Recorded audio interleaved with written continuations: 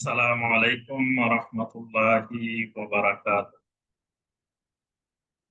أعوذ بالله من الشيطان الرجيم.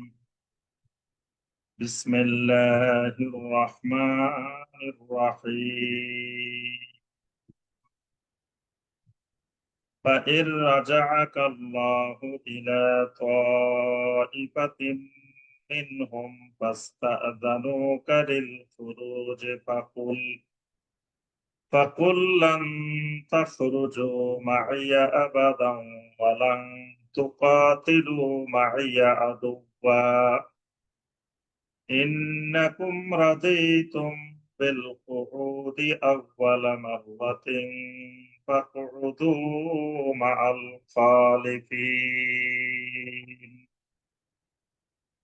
ولا تصل على أحد منهم مات أبدا ولا تقم على قبره إنهم كفروا بالله ورسوله وماتوا وهم فاسقون ولا تعجبك أموالهم وأولادهم إنما يريد الله أن يعذبهم بها في الدنيا وتزهق أنفسهم وهم كافرون. اللهم صل على محمد وعلى آل محمد كما صليت على إبراهيم وعلى آل إبراهيم إنك حميد مجيد. اللهم بارك على محمد وعلى آل محمد كما باركت على إبراهيم وعلى آل إبراهيم إنك حميد مجيد.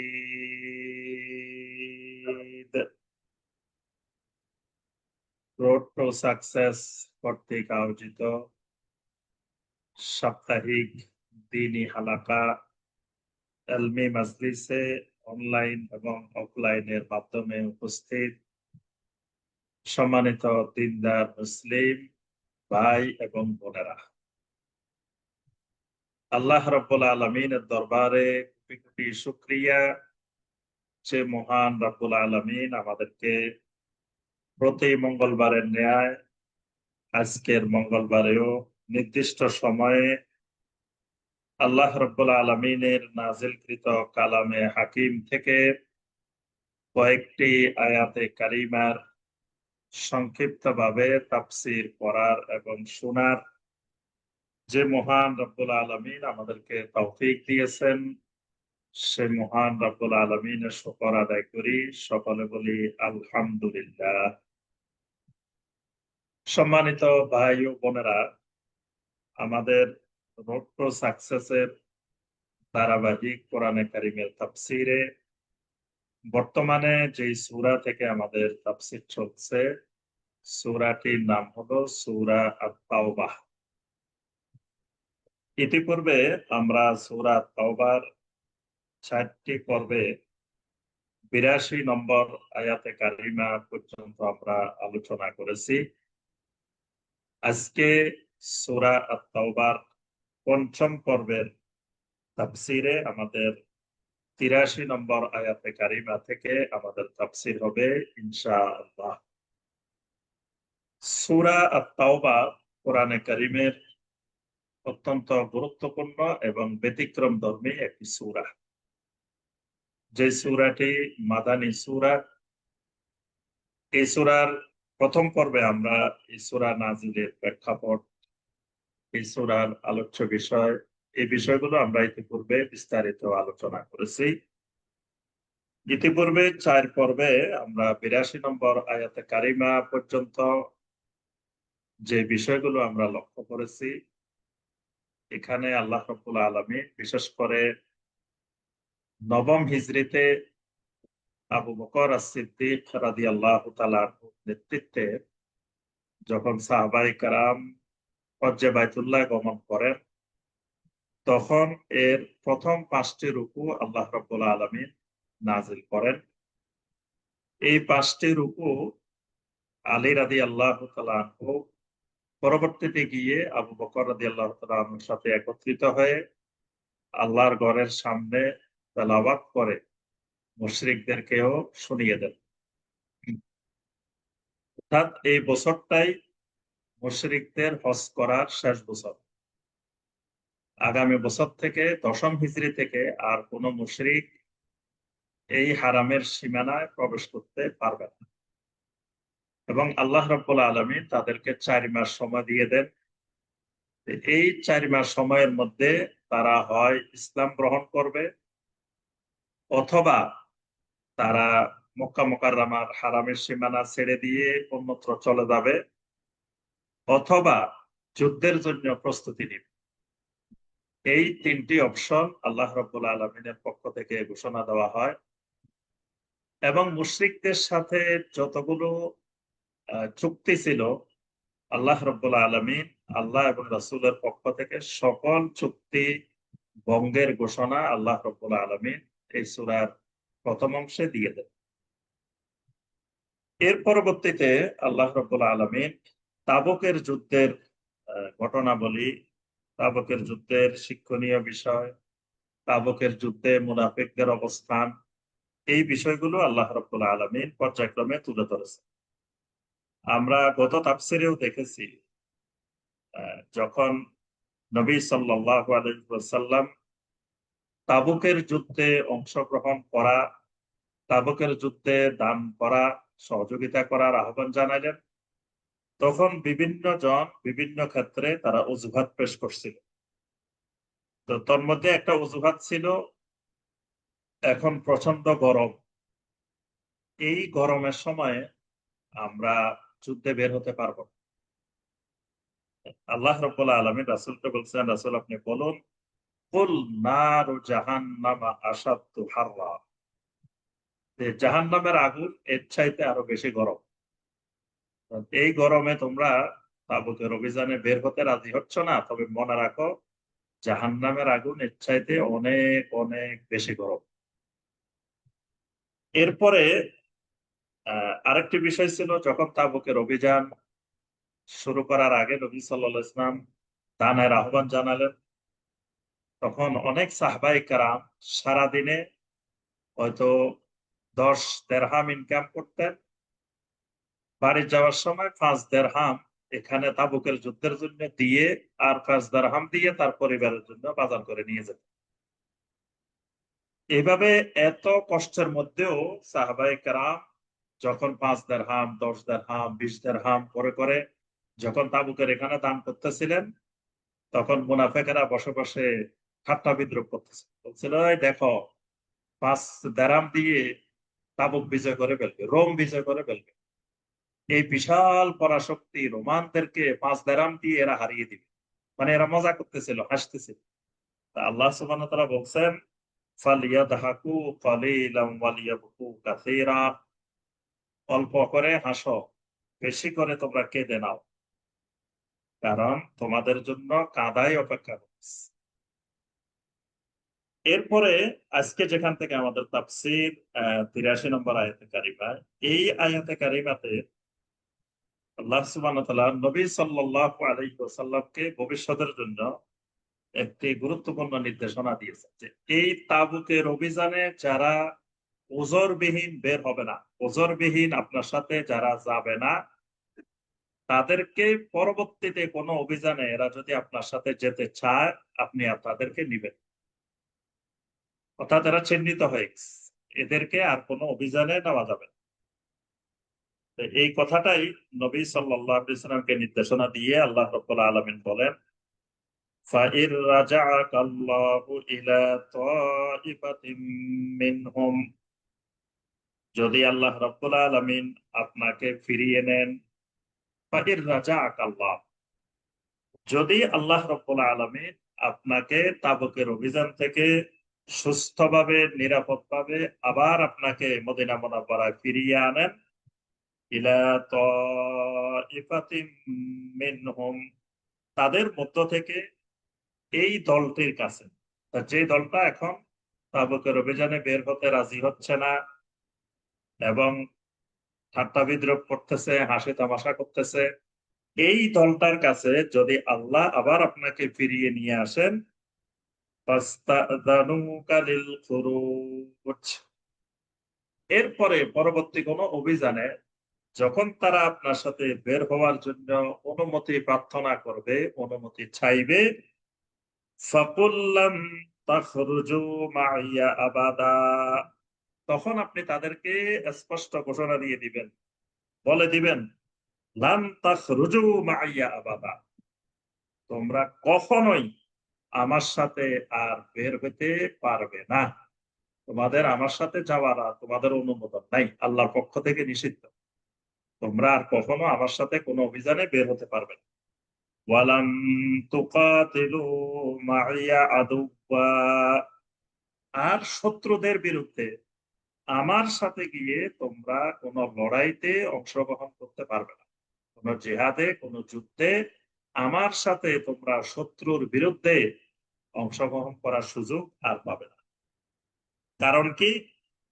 ইন্নাকুম রাদিতুম বিল কুউদি আউওয়ালা মাররাতিন, কারণ তোমরা প্রথমবার বসে থাকাটাকে তোমরা পছন্দ করে নিয়েছো, অর্থাৎ জিহাদের ময়দানে না গিয়ে বাড়িতে বসে থাকা, এলাকায় বসে থাকা, এটাকে তোমরা পছন্দনীয় মনে করেছো, এটাকেই তোমরা সন্তুষ্ট চিত্তে গ্রহণ করে নিয়েছো। ফাকউদু মাআল খালিফিন, অতএব যারা পিছনে পড়ে থাকে, যারা পিছনে বসে থাকে, তোমরাও তাদের সাথে বসে থাকো। আর যারা যুদ্ধের ময়দান থেকে পিছিয়ে থাকে, জিহাদে যেতে আগ্রহী না, কোনো ওজরবিহীন তারা যেতে আগ্রহী হয় না, তাদের সাথে তোমরাও বসেই থাকো, তোমাদের আর যাওয়ার অনুমতি নাই। অর্থাৎ এই মানুষগুলা মুনাফেক হিসাবে চিহ্নিত হয়ে গেছে, যে এই মুনাফেক গুলাকে আর কখনো নেওয়া যাবে না, কারণ দিলে তখন উপকারের চেয়ে ক্ষতি বেশি। এরা জিহাদের ময়দানে গিয়ে ইসলামের ক্ষতি করবে, নবী সাল্লাল্লাহু আলাইহি ওয়াসাল্লামের ক্ষতি করবে, এই বিষয়গুলো আল্লাহ রাব্বুল আলামিন নবী সাল্লাল্লাহু আলাইহি ওয়াসাল্লামকে সতর্ক করে দিয়েছে। ৮৪ নম্বর আয়াতে কারিমা একটি খুবই গুরুত্বপূর্ণ আয়াত। নবী সাল্লাল্লাহু আলাইহি ওয়াসাল্লাম তাবুকের অভিযান থেকে ফিরে আসলেন, ফিরে আসার পরে এর কিছুদিন পরেই আব্দুল্লাহ বিন উবাই, মুনাফিকের যে লিডার, সে মারা গেল। এর আগে নবী সাল্লাল্লাহু আলাইহি ওয়াসাল্লাম যখন তাবুকের অভিযানে বের হন, তখন মুনাফিকেরা আব্দুল্লাহ বিন উবাইকে মদিনার লিডার হিসেবে ঘোষণা দিয়ে দিয়েছে, যে তারা শুধু অপেক্ষা করতেছে যে খবর আসবে তাবুক থেকে যে মুহাম্মদ সাল্লাল্লাহু আলাইহি ওয়াসাল্লাম মারা গেছেন। এই খবর আসার সাথে সাথে তারা মদিনাতে আব্দুল্লাহ বিন উবাইয়ের হাতে বায়াত গ্রহণ করবে, আব্দুল্লাহ বিন উবাইকে তারা মদিনার রাষ্ট্রপ্রধান বানিয়ে দিবে, এবং তারা আরেকটা মসজিদ বানিয়ে রেখেছে, মসজিদে দারার, যে সেই মসজিদ তাদের কেন্দ্রীয় মসজিদ হবে, মানে মসজিদের নববী তাদের কেন্দ্রীয় মসজিদ হবে না, তাদের মসজিদ হবে মসজিদে ওই দারার। এই মসজিদ থেকে কর্মকাণ্ড পরিচালিত হবে, এই সব কিছু তাদের ঠিক করা। কিন্তু দেখা গেল তাদের প্ল্যান, তাদের পরিকল্পনা আল্লাহ রাব্বুল আলামিন সব নস্যাৎ করে দিলেন। তাবুকের অভিযানে আল্লাহ রাব্বুল আলামিন বিনা যুদ্ধে নবী সাল্লাল্লাহু আলাইহি ওয়াসাল্লামকে বিজয় দান করলেন। সুবহানাল্লাহ। তো এখন মদিনা ফিরে আসলেন, ফিরে আসার কয়েকদিন পরেই এই মুনাফিকের লিডার আব্দুল্লাহ বিন উবাই মারা যান। মারা যাওয়ার পরে তার ছেলে আব্দুল্লাহ বিন উবাই, ছেলের নাম আব্দুল্লাহ। আব্দুল্লাহ বিন উবাইয়ের এই ছেলে কিন্তু সাহাবী। তিনি নবী সাল্লাল্লাহু আলাইহি ওয়াসাল্লামের কাছে আসলেন, এসে বললেন, ইয়া রাসূলুল্লাহ সাল্লাল্লাহু আলাইহি ওয়াসাল্লাম, আমার একটু মনের আকুতি, যে আপনি আপনার একটা জুব্বা মুবারক, একটি জামা মুবারক আমার আব্বাকে দিবেন, ওই জামাটা দিয়ে আমার আব্বাকে কবরে দাফন করবেন। এটা হলো প্রথম আহ্বান, প্রথম আর্জি। দ্বিতীয় আর্জি যে আমার আব্বার জানাজাটা আপনি নিজে পড়াইবেন।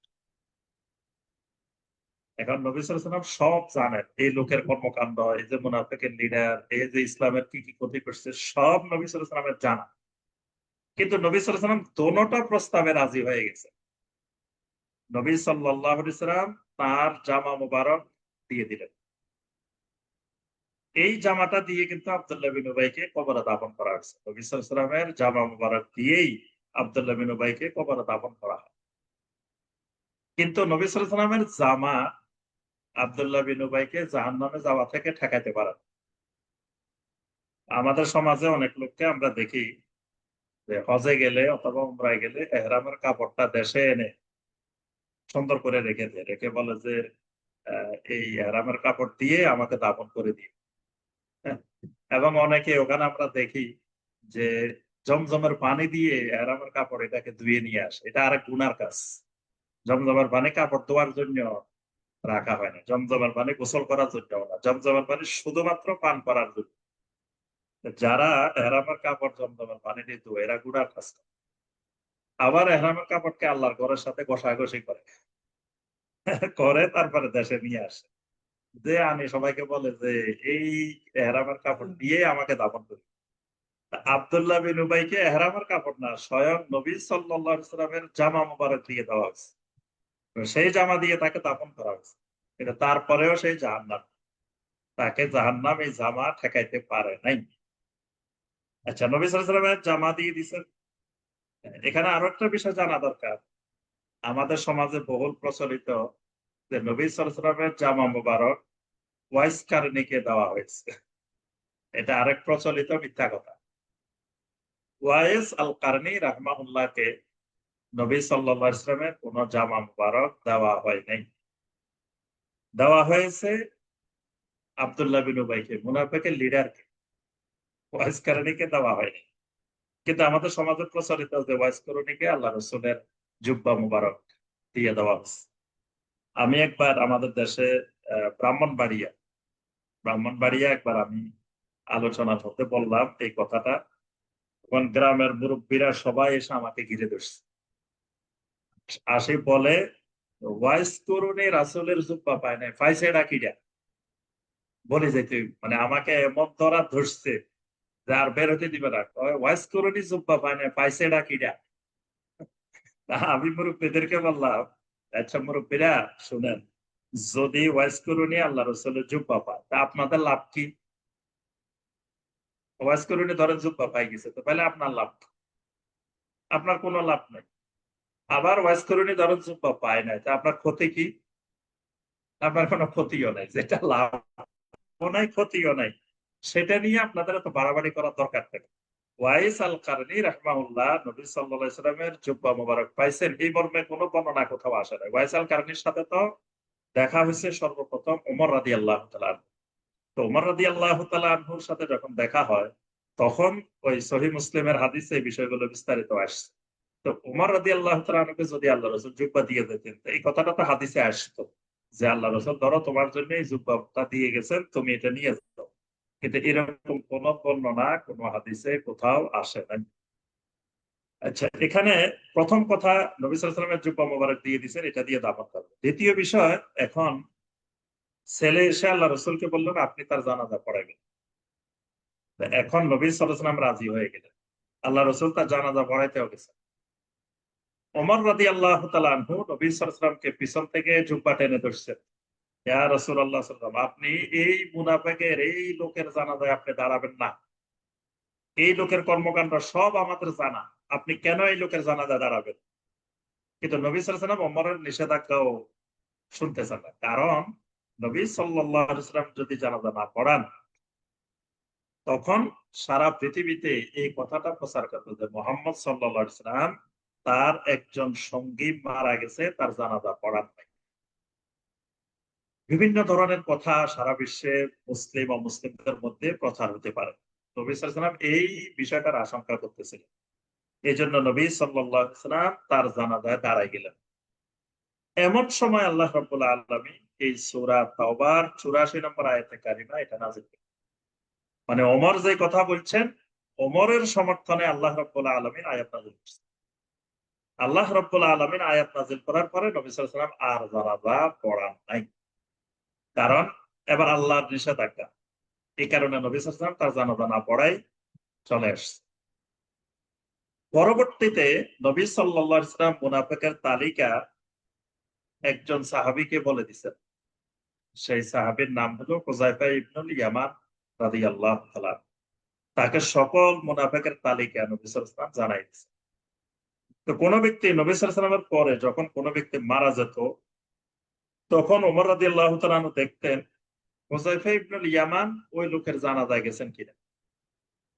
যদি হুযায়ফা ওই লোকের জানাজায় যেতেন, ওমর রাদিয়াল্লাহু তাআলা আনহু ওই জানাজায় যেতেন। হুযায়ফা যদি ওই জানাজায় না যেতেন, ওমর রাদিয়াল্লাহু তাআলা আনহু ওই জানাজায় যেতেন না। কারণ হুযায়ফার কাছে মুনাফিকের তালিকা আছে। তাহলে মুনাফিকের জানাজা হইলে ওই হুযায়ফা ইবনুল ইয়ামান রাদিয়াল্লাহু তাআলা আনহু যাবেন না। এজন্য ওমর রাদিয়াল্লাহু তাআলা দেখতেন যে হুযায়ফা গেছেন কিনা। তো এখানে আল্লাহ রাব্বুল আলামিন একেবারে নবী সাল্লাল্লাহু আলাইহি ওয়াসাল্লামকে নিষেধ করে দিয়েছেন, খবরদার এই লোকের জানাজায় আপনি দাঁড়াবেন না, এমনকি তার কবরের পাশেও আপনি দাঁড়াবেন না। তার জন্য কোনো ইস্তেগফার, তার জন্য কোনো দোয়াও আপনি করবেন না। এই হুকুমটা কিয়ামত পর্যন্ত বলবৎ। কোন কাফের, কোন মুশরিক, কোন মুনাফিক, কোন আকীদার বেদাত, আকীদাগত বেদাতকারী, আমলগত বেদাতকারীর জানাজা পড়া যাবে। কিন্তু কোন আকীদার বেদাতকারী, আকীদাগত বেদাতি তার জানাজায়ও অংশগ্রহণ করা যাবে না। তার দাফন কাফন, তার শেষকৃত্য অনুষ্ঠান, তার যত রকমের যা হয় মারা যাওয়ার পর, এগুলার কোন অনুষ্ঠানে কোন মুসলিমের জন্য অংশগ্রহণ করা হারাম। এখানে আল্লাহ পাক কঠিন ভাবে নিষেধ করে দিয়েছেন। ওয়ালা তুসাল্লি আলা আহাদিম মিনহুম মাতা আবাদান ওয়ালা তুসাল্লি, খবরদার আপনি কোন সলাতে দাঁড়াবেন না। এখানে আরো একটা বিষয়ের শক্তিশালী দলিল। কেউ কেউ বলেন যে জানাজার মধ্যে সূরা আল ফাতিহা পড়া লাগবে। কেন? জানাজা সলাত না, জানাজা দোয়া। এই আয়াতে, এই 84 নম্বর আয়াতে আল্লাহ রাব্বুল আলামিন নবী সাল্লাল্লাহু আলাইহি ওয়াসাল্লামকে নিষেধ করতেছেন যে আপনি দাঁড়াবেন না। কোথায় দাঁড়াবেন না? ওয়ালা তুসাল্লি, আপনি সলাত আদায় করবেন না। এখানে জানাজাকে আল্লাহ পাক সরাসরি সলাত বলে দিয়েছেন। তাহলে জানাজা যে সলাত, এই ব্যাপারে কোনো সন্দেহ নাই। এটা আল্লাহর ঘোষণা। আল্লাহ বলছে খবরদার ওয়ালা তুসাল্লি, আপনি সলাত আদায় করবেন না আলা আহাদিম মিনহুম মাতা আবাদান, ওই ব্যক্তি যে মারা গেল এমন অবস্থায়, যে ব্যক্তি তার কর্মকাণ্ডের অবস্থায়, মানে তার কুফরি অবস্থায় যে লোকটা মারা গেছে, এই লোকের জানাজায় সলাতে আপনি দাঁড়াবেন না। ওয়ালা তাকুম আলা কাবেরি, এমনকি তার কবরের পাশেও আপনি দাঁড়াবেন। দুটা কথা বলছেন। একটা বলছেন তার সলাত আদায় করবেন না, মানে সলাতুল জানাজা। জানাজা যদি সলাত হয়, লা সলাতা ইল্লা বিফাতিহাতিল কিতাব। রাসূল সাল্লাল্লাহু আলাইহি ওয়াসাল্লাম বলেছেন সূরা আল ফাতিহা ছাড়া কোনো নামাজে নাই, কোনো সলাতে নাই। তাহলে সলাতুল জানাজা সলাত, এখানে সূরা আল ফাতিহা পড়া লাগবে। আরেকটা বলছেন শুধু জানাজা তো পড়বেন না, তার কবরের পাশে দাঁড়াবেন না। কবরের পাশে দাঁড়ানোর অর্থ কি? কবরের পাশে দাঁড়ানোর কয়েকটা অর্থ। একটা অর্থ হইলো কেউ যদি সলাতুল জানাজা আদায় করতে না পারে, তাহলে সে পরবর্তী ৩ দিন সে কবরের পাশেও সলাত আদায় করতে পারে। কবরের কাছে গিয়ে সে জানাজার সলাত আদায় করতে পারে। এখানে আল্লাহ পাক প্রথম বলছেন আপনি সলাত আদায় করবেন না, আবার বলছেন যে ঠিক আছে এখন তো আদায় করলেন না, আবার আপনি কালকে আসি তার কবরের পাশে আদায় করবেন, এইটাও করা যাবে। ওয়ালা তাকুম আলা কাবরি, খবরদার আপনি তার কবরের পাশেও দাঁড়াবেন। আরেকটা বিষয় হলো কবরের পাশে মানুষ দাঁড়ায় কখন? জিয়ারাতুল কুবুরের জন্য, কবর জিয়ারতের জন্য কবরের পাশে দাঁড়ায়। তো তার জন্য ইস্তেগফার করবে। আপনি কবরের পাশে দাঁড়িয়ে তার জন্য কোনো ইস্তেগফারও করা যাবে না। এমনকি এর আগে আপনার ৮০ নম্বর আয়াতে, ৮০ নম্বর আয়াতে গেছে আল্লাহ পাক বলছেন যে যদি আপনি ৭০ বারও ইস্তেগফার করেন, তাও আল্লাহ তাদেরকে ক্ষমা করবে না। মুনাফিকদের ব্যাপারে আল্লাহ পাক বলছেন ৭০ বারও যদি আপনি ইস্তেগফার করেন, ফালান ইয়াগফির আল্লাহু লাহু, আল্লাহ পাক ক্ষমা করবেন না। তো নবী সাল্লাল্লাহু আলাইহি ওয়াসাল্লাম বলেন যে আল্লাহ রাব্বুল আলামিন 70 বার ইস্তেগফার করলে ক্ষমা করবেন না। যদি এটার অর্থ হয়তো ৭১ বার করলে আল্লাহ ক্ষমা করে দিবেন, তাহলে আমি নবী তার জন্য ৭১ বার আল্লাহর কাছে ক্ষমা প্রার্থনা করব। সুবহান। কারণ আল্লাহ রাসূল রাহমাতুল লিল আলামিন, সাইয়্যিদুল মুরসালিন, উম্মতের প্রতি বিল মুমিনিনা রাউফুর রাহিম। এত বড় মুনাফিক, কিন্তু তারপরেও আল্লাহ রাসূল বলতেছেন যে আল্লাহ যদি আমি ৭০ বারে করবে না, যদি এটার অর্থ হয়তো ৭১ বার করলে আল্লাহ ক্ষমা করে দিবেন, তাহলে আমি ৭১ বারও তার জন্য ক্ষমা প্রার্থনা করব। কিন্তু ৭০ বার করলে ক্ষমা করবেন না মানে আমি ৭০,০০০ বার করলেও আল্লাহ ক্ষমা করবেন না। এটা আল্লাহ সুবহানাহু ওয়া তাআলা বলে দিয়েছে। ইন্নাহুম কাফারু বিল্লাহি ওয়া রাসূলিহি ওয়া মাতু ওয়া হুম ফাসিকুন।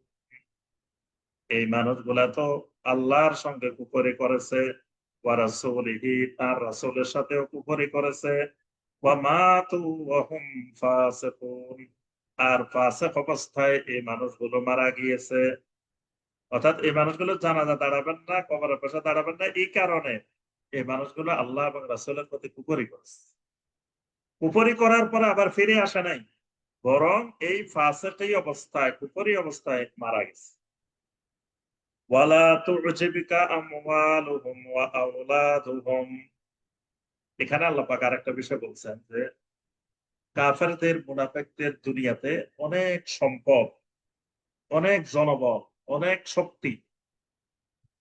তো অনেকে এটা দেখে প্রতারিত হতে পারে, বলতে পারে আচ্ছা এরা তো মুনাফিক, এরা তো কাফের, এদেরকে আল্লাহ পছন্দ করে না, তো এদের এত সম্পদ কেন, এদের এত শক্তি কেন, এদের এত জনবল কেন? তো এটার দ্বারা মুমিন যেন প্রতারিত না হয়, এজন্য আল্লাহ পাক বলছেন ওয়ালা তু'জিবিকা আমওয়ালুহুম ওয়া আওলাদুহুম। খবরদার ওই কাফেরদের, মুশরিকদের ধন সম্পদ, সন্তান সন্ততি, জনবল যেন আপনাকে আশ্চর্যিত না করে। আপনি যেন আশ্চর্য হয়ে না যান, আরে এদের এত সম্পদ কেন, এদের এত সন্তান কেন, এদের এত শক্তি কেন, এদের এত জনবল কেন? আল্লাহ তো এদেরকে পছন্দ করেন না। নবী সাল্লাল্লাহু আলাইহি ওয়াসাল্লামের সময় মক্কা মুকাররমায় সবচেয়ে ধনী লোকটা ছিল ওয়ালিদ ইবনে মুগীরা। তাকে লোকেরা যদি জিজ্ঞাসা করতো যে ভাই আপনার নাম কি, সে তার নাম বলতো না, ওয়ালিদ ইবনে মুগীরা বলতো না, সে বলতো আনা ওয়াহিদ ইবনে ওয়াহিদ,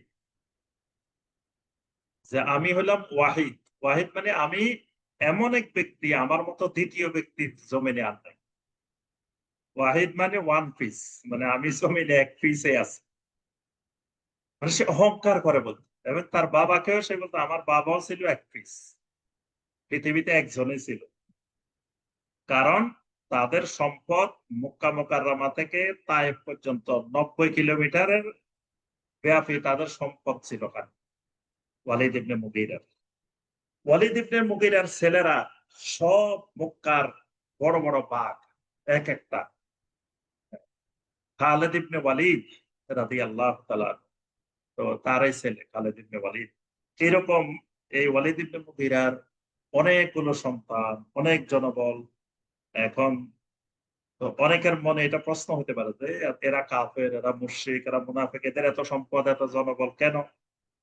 আল্লাহ রাব্বুল আলামিন কাফেরের জন্য দুনিয়াকে জান্নাত বানিয়েছেন। নবী সাল্লাল্লাহু আলাইহি ওয়াসাল্লাম বলেন আদ-দুনিয়া জান্নাতুল লিল কাফির ওয়া সিজনুল লিল মুমিন। মুমিনের জন্য দুনিয়া জেলখানা, আর কাফেরের জন্য দুনিয়া জান্নাত। তো কাফেরের তো সম্পদ, কাফেরের জনবল, কাফেরের শক্তি থাকবেই। এটা যেন কোনো মুমিনকে প্রতারিত না করে, কোনো মুমিনকে প্রভাবিত না করে। ইন্নামা ইউরিদুল্লাহু আন ইউআযযিবাহুম বিহা ফিদ দুনিয়া।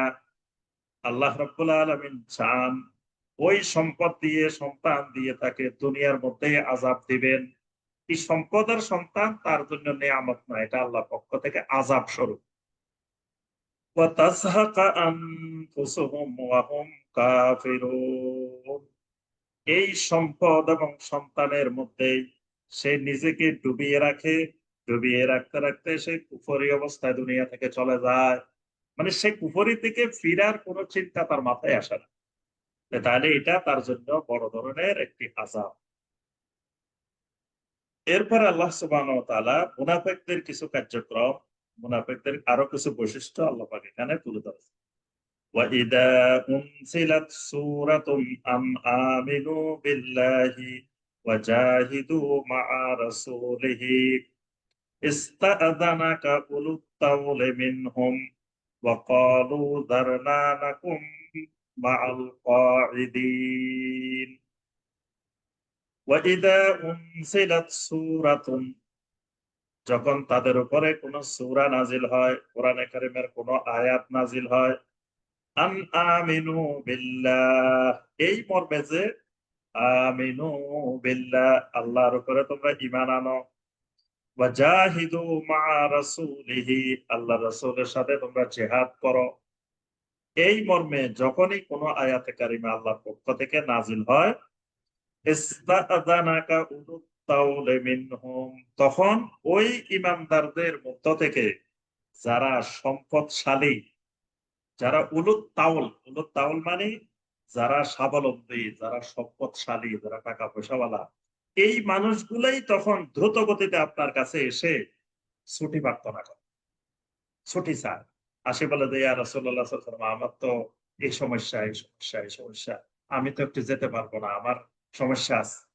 তার যদি সম্পদ না থাকতো সমস্যা থাকতো না, কিন্তু ওই সম্পদের কারণে, ব্যবসা বাণিজ্যের কারণে সে এখন বিভিন্ন ওজর আপত্তি পেশ করে আপনার কাছে ছুটি নিতে আসে। বিশেষ করে এখানে তাবুকের অভিযানে 12 জন সাহাবীর ব্যাপারে এই আয়াত নাযিল হয়েছে। 12 জন সাহাবীর মধ্যে একজন ছিলেন আবু লুবাবাহ, আবু লুবাবা ইবনে মুনজির রাদিয়াল্লাহু তাআলা। এই আবু লুবাবা রাদিয়াল্লাহু তাআলা সহ 12 জন সাহাবী, তারা তাবুকের অভিযানে যেতে পারেন নাই। কিন্তু যখন নবী সাল্লাল্লাহু আলাইহি ওয়াসাল্লাম চলে গেলেন, তখন তাদের ভিতরে অনুশোচনা আসলো যে আহারে, আমরা তো তাবুকে যেতে পারি নাই, বিরাট অন্যায় করে ফেলছি। নবী সাল্লাল্লাহু আলাইহি ওয়াসাল্লাম আসার আগে তারা নিজেদেরকে মসজিদে নববীর পিলারের সাথে বেঁধে ফেলছে। বেঁধে বলছে যে আমরা যতক্ষণ পর্যন্ত আল্লাহর পক্ষ থেকে আমাদেরকে ক্ষমা করে দেওয়ার ঘোষণা না আসবে, ততক্ষণ এই পিলারের সাথে আমাদের বাধা থাকবে। শুধু নামাজের সময় খুলে দেওয়া হবে, সালাতটা আদায় করবো, বাকি সময় পিলারের সাথে বাধা থাকবে। এবং যখন আল্লাহ ঘোষণা দিবেন যে আল্লাহ আমাদেরকে ক্ষমা করে দিচ্ছেন, আল্লাহ রসুল এসে আমাদেরকে খুলে দিবেন, ওই পর্যন্ত আমাদের এই বাধা থাকবে। ওই পর্যন্ত খাওয়া দাওয়া সব বন্ধ থাকবে। তো আল্লাহ রাব্বুল আলামিন শেষ পর্যন্ত এই 12 জন সাহাবীর তাওবা আল্লাহ কবুল করছেন। এরপরে নবী সাল্লাল্লাহু আলাইহি ওয়াসাল্লাম এসে তাদেরকে ওই পিলারের থেকে খুলে দিয়েছিলেন। এবং এখনো মসজিদে নববীর একটা পিলারের মধ্যে লেখা আছে উসতুয়ানায়ে আবু লুবাবা। আমি স্বয়ং নিজের চোখে দেখে এসেছি, একেবারে উপরে কোনায় ছোট্ট করে লেখা আছে উসতুয়ানায়ে আবু লুবাবা, মানে যেই পিলারটার সাথে আবু লুবাবা রাদিয়াল্লাহু তাআলা আনহু নিজেকে বেঁধে রেখেছিলেন। এই পিলারটা থেকে আল্লাহ রাসূল সাল্লাল্লাহু আলাইহি ওয়াসাল্লাম আবু লুবাবা রাদিয়াল্লাহু তাআলা আনহুকে খুলে দিয়েছেন। পরে এই 12 জন সাহাবী এসে আল্লাহ রাসূল সাল্লাল্লাহু আলাইহি ওয়াসাল্লামকে বললেন, ইয়া রাসূলুল্লাহ সাল্লাল্লাহু আলাইহি ওয়াসাল্লাম, আমাদের সম্পদের কারণে আমরা আজকে এই মুসিবতে পড়ছি। যদি সম্পদ না থাকতো, এত সম্পদ যদি আল্লাহ না দিত, তাহলে আমরা এই মুসিবতে পড়তাম না।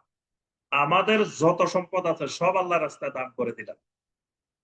তখন নবী সাল্লাল্লাহু আলাইহি ওয়াসাল্লাম বললেন যে সব দান করিও না, 3 ভাগের 1 ভাগ দান করো আর 2 ভাগ রেখে দাও। তখন এই 12 জন সাহাবী 3 ভাগের 1 ভাগ দান করে দিলেন, 2 ভাগ তাদের ওয়ারিসদের জন্য রেখে দিলেন। এখানে আল্লাহ সুবহানাহু ওয়া তাআলা বলছেন এই যে সম্পদ বেশি হওয়া, এটা কিন্তু বড় মুসিবত, এটা আল্লাহর পক্ষ থেকে আযাব। এজন্য এই যে যখন আল্লাহ বলেন যে আমিনু বিল্লাহি ওয়া জাহিদু মা রাসূলিহি, তো সর্বপ্রথম ছুটি নিতে আসে ইস্তাআযানাকা উলুত তাওলে মিনহুম, এদের মধ্য থেকে যারা স্বাবলম্বী, অর্থশালী, সম্পদশালী, প্রাচুর্যের অধিকারী, এই মানুষগুলাই আপনার কাছে এসে ছুটি কামনা করে, রুখসত চায়। ওয়া ক্বালু দারনা নাকুম মা'আল কাঈদিন, আর এরা এসে বলতে থাকে যারনা, ইয়া রাসূলুল্লাহ সাল্লাল্লাহু আলাইহি ওয়াসাল্লাম, আমাদেরকে একটু ছেড়ে দেন, না আমাদেরকে একটু ছুটি দিয়ে দেন। নাকুম মা'আল কাঈদিন, আমরা মদিনাতে যারা বসে থাকে যুদ্ধে না গিয়ে, আমরা তো তাদের সাথে থাকতে চাই। রাদু বিআন ইয়াকুনু মাআল খাওয়ালিফি ওয়া তুবিআ আলা কুলুবিহিম ফাহুম লা ইয়াফকাহুন। এই মানুষগুলা রাদু, সন্তুষ্ট হয়ে গেছে, খুশি হয়ে গেছে। বিআন ইয়াকুনু মাআল খাওয়ালিফি, ওই বাড়িঘরে যে নারীরা অবস্থান করে ওই নারীদের মতো বাড়িঘরে থাকতে খুব পছন্দ করে নিয়েছে। ওয়া তুবিআ আলা কুলুবিহিম, এই কারণে আল্লাহ রাব্বুল আলামিন তাদের অন্তরের উপরে মোহর মেরে দিয়েছেন, চাপ দিয়ে দিয়েছেন। ফাহুম লা ইয়াফকাহুন, এই মোহর মেরে দেওয়ার কারণে এখন তারা কোনো কিছুই বুঝতে পারে না। মানে আল্লাহ এই রাসূলের সাথে জিহাদে অংশগ্রহণ না করার কারণে এদের অন্তরে আল্লাহ রাব্বুল আলামিন মোহর মেরে দিয়েছেন। আর মোহর মারার কারণে এরা এখন আর কিছু উপলব্ধি করতে পারছে না। লাকিনের রাসূল ওয়াল্লাযীনা আমানু মাআহু জাহাদু বিআমওয়ালিহিম ওয়া আনফুসিহিম, অথচ তাদের সামনেই আল্লাহ রসুল এবং ওয়াল্লাযীনা আমানু মাআহু, যে মানুষগুলা রাসূলের সাথে ঈমান এনেছে ওই মানুষগুলা অর্থাৎ সাহাবায়ে কেরাম, আল্লাহ রসুল এবং সাহাবায়ে কেরামেরা জাহাদু বিআমওয়ালিহিম ওয়া আনফুসিহিম, এরা এদের ধন সম্পদ দিয়ে, নিজেদের জীবন দিয়ে, শ্রম দিয়ে আল্লাহর রাস্তায় জিহাদ করতেছে। ওয়া উলাইকা লাহুমুল খায়রাত, এই মানুষগুলার জন্য আল্লাহ রাব্বুল আলামিনের কাছে আছে কল্যাণ আর কল্যাণ। সুবহানাল্লাহ। এই মানুষগুলাকে আল্লাহ রাব্বুল আলামিন যত রকমের কল্যাণ আছে, সকল ধরনের কল্যাণ আল্লাহ রাব্বুল আলামিন এই মানুষগুলোকে দান করবেন।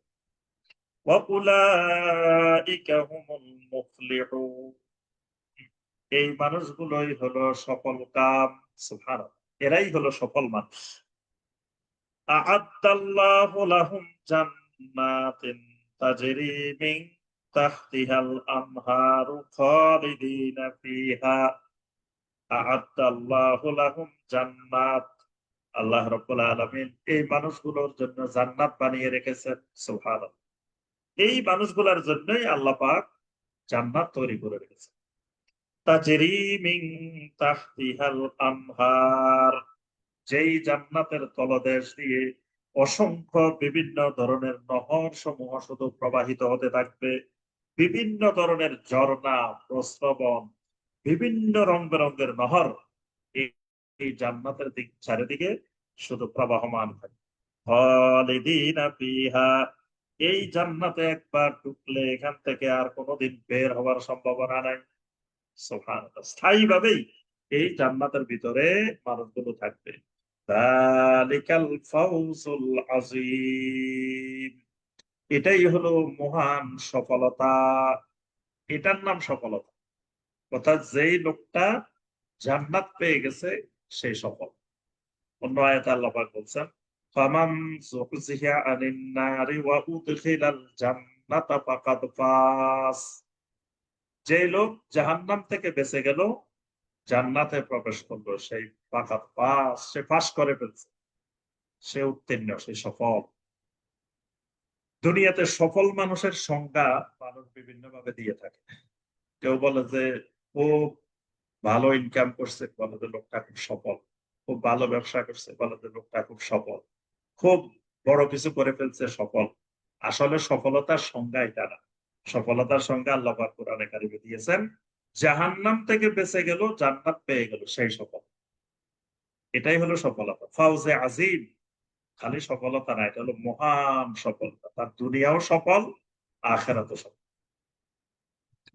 وجاء المعذرون من الأعراب ليؤذن لهم وقعد الذين كذبوا الله ورسوله। এবার আল্লাহ সুবহানাহু ওয়া তাআলা এর পরের আয়াতগুলোতে কিছু মানুষকে আল্লাহ পাক জিহাদের থেকে রুখসত দিয়ে দিচ্ছেন, যে আল্লাহ রসুল যখন জিহাদের ডাক দিবেন, আহ্বান করবেন, তখন এই কোয়ালিটির, এই গুণাবলী সম্পন্ন মানুষগুলো যদি জিহাদে অংশগ্রহণ না করে তাহলে কোনো অসুবিধা নেই। এদেরকে আল্লাহ কিয়ামতের দিন জিজ্ঞাসা করবেন। তবে মদিনার আশেপাশে কিছু বেদুইন আছে, আরাব, যারা শহরে বসবাস করে না, মদিনার আশেপাশে বিভিন্ন মরুভূমিতে বিভিন্ন গ্রামে বসবাস করেন। এদেরকে কোরআনের ভাষায় বলা হয় আরাব, বেদুইন। এই বেদুইনদের মধ্য থেকে কিছু লোক এসে আল্লাহ রসুলের কাছে রুখসত চায় যে আমি জেহাদে যেতে পারবো না, আমাকে একটু অনুমতি দিয়ে দেন।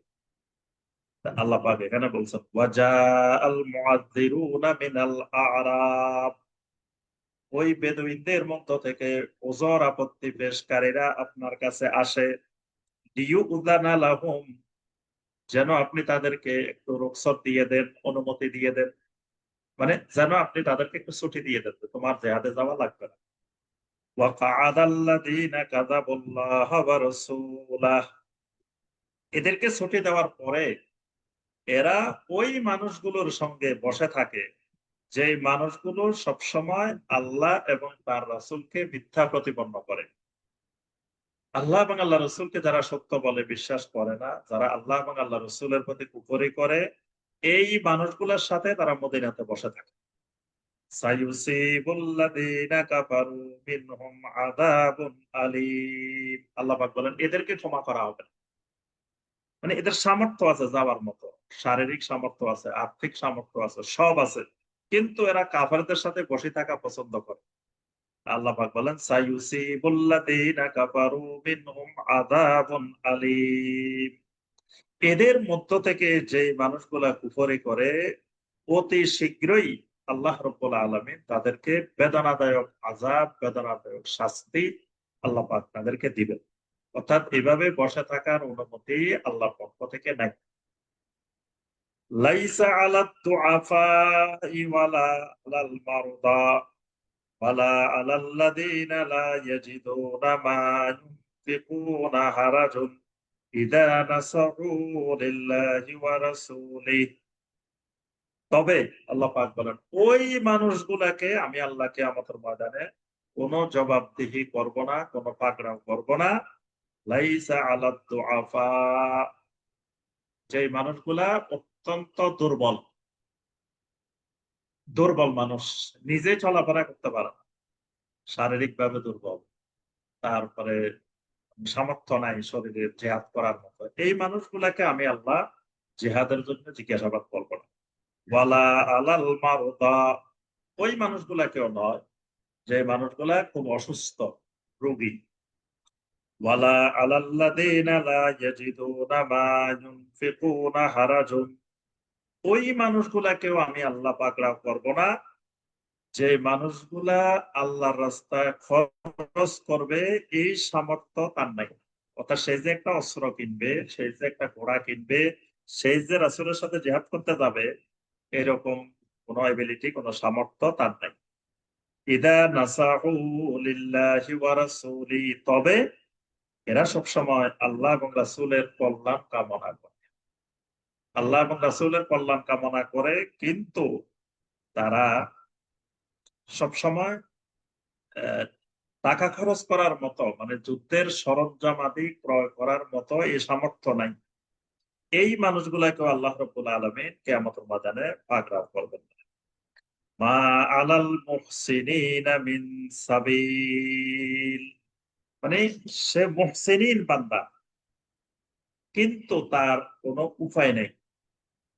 মানে আল্লাহর মুহসিনিন বান্দা, নেককার বান্দা, তার জেহাদে যাওয়ার খুবই আগ্রহ, কিন্তু সে কোনো রাস্তা খুঁজে পাচ্ছে না। মানে সে যে যাবে, তার কাছে ওই ধরনের কোনো ঘোড়া নাই, কোনো অস্ত্র-শস্ত্র নাই, বা কিনার মতো সামর্থ্য নাই, কিন্তু আল্লাহ মুহসিনিন বান্দা, এদেরকেও আল্লাহ রাব্বুল আলামিন কোনো পাকড়াও করবেন না। ওয়াল্লাহু গাফুরুর রাহিম, কারণ আল্লাহ রাব্বুল আলামিন মহা ক্ষমাশীল, মহা রহমশীল। ওয়ালা আলাল্লাযীনা ইযা মা আতাউকা লিতাহমিলাহুম কুলতা লা আজিদু মা আহমিলুকুম আলাইহি, তাবুকের অভিযানে অনেক সাহাবী রাসূলের কাছে এসে এসে বলতেছেন, ইয়া রাসূলুল্লাহ সাল্লাল্লাহু আলাইহি ওয়াসাল্লাম, আমাকে জিহাদের ময়দানে নিয়ে যান, আমাকে নিয়ে যান। কিন্তু রাসূল বলতেছেন না, তোমাকে নিব না, কারণ তোমাকে নেওয়ার মতো বাহন আমার কাছে নাই, সামর্থ্য আমার কাছে নাই। এইভাবে বলে বলে অনেক সাহাবীকে নবী সাল্লাল্লাহু আলাইহি ওয়াসাল্লাম ফিরিয়ে দিয়েছেন।